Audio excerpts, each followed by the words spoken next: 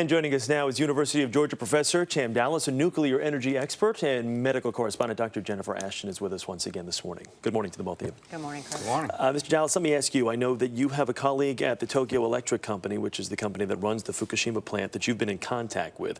What exactly are they saying over there right now? Because we're getting so many different reports.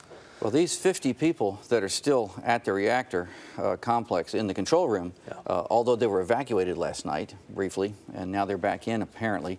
Yeah, one of them had a pretty compelling quote. He said that I have been irradiated, I'm not afraid to die, and this is my job. And that's a direct quote.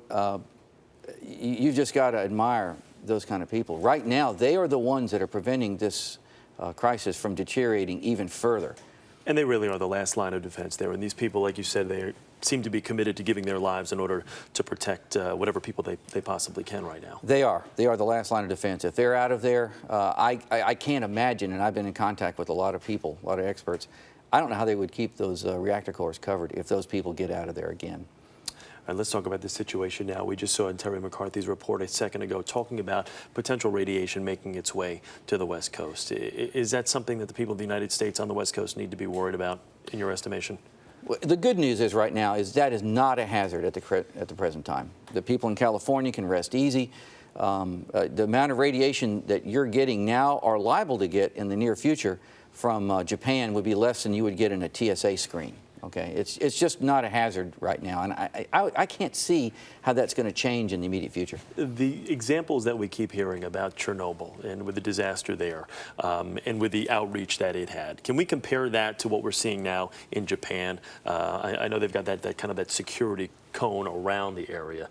That's more good news. As you know, I was involved at Chernobyl for 10 years, going in and out of the most highly contaminated areas in the world.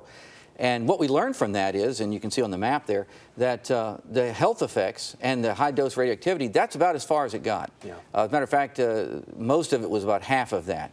And so that's with 100 times as much radioactivity as the Hiroshima and Nagasaki atomic bombs combined released at Chernobyl.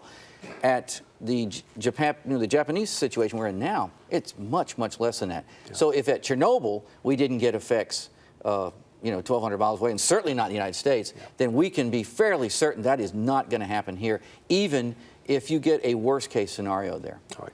Dr. Ashton, let me talk to you about this.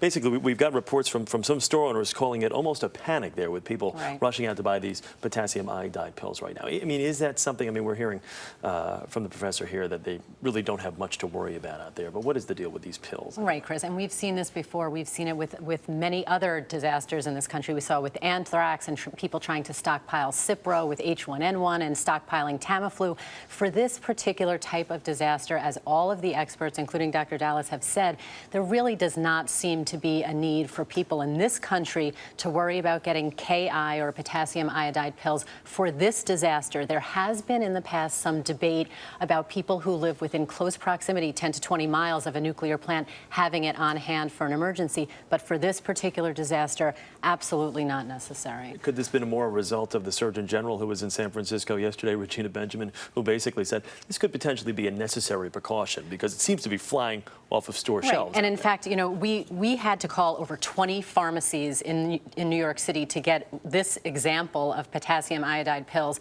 So people are panicking, and right now all experts are saying that is really premature. We have to remember this only protects the thyroid. It doesn't protect the entire body, and only if you will have direct exposure to a source of radiation within 24 hours. So right now that's really premature. So Professor, our takeaway here is that people on the West Coast have nothing to be worried about. Yeah, right now and in the immediate future, I cannot possibly see any scenario that would result in any hazardous levels of radioactivity getting to California, unless this thing really deteriorates a lot more than is even conceivable right now. Okay. Professor Cham Dallas, thank you very much. Dr. Jennifer Ashton, good to see you once again.